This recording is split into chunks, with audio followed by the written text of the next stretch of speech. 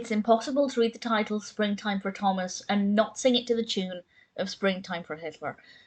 This was released, however, quite a bit before the producers in 1946 and directed by William Hanna, Joseph Barbera. And I think the one-sentence description from IMDb sums this up really well. And it says, "It's spring, and Tom is much more interested in the female cat next door than Jerry."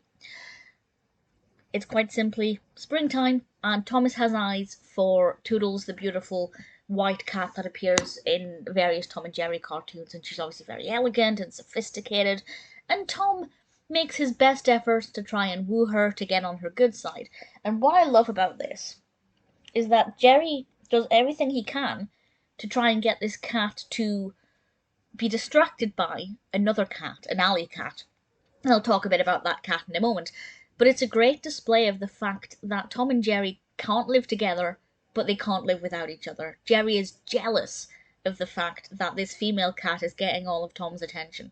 And I love that. I love the fact that they obviously are constantly fighting and trying to hurt each other, but really, they couldn't live without each other, and I thought that was beautiful.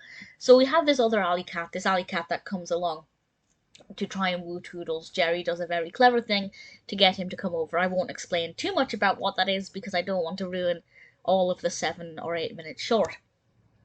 But we have this cat trying to vie for her attention. The big question, of course, is will she choose the alley cat or Thomas or neither? And I thought it was really good fun. I like the design of the alley cat. He does have that kind of traditional scruffy, rough around the edges appearance to him. One of my favourite moments, quite early on, is when he appears beside Toodles, and I believe her name was Toodles. I think that's at least what Jerry called her. When he appears beside Thomas, and Thomas has his eyes shut, and his nose begins to twitch, obviously smelling this scruffy alley cat. And I just thought it was a really great way of showing that he was a smelly cat.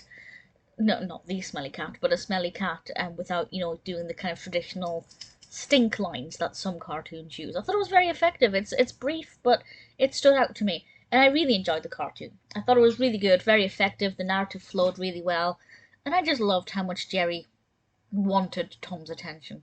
I just thought it was a beautiful display of how deep down he can't live without Tom, and I think we all know that deep down Tom can't live without Jerry.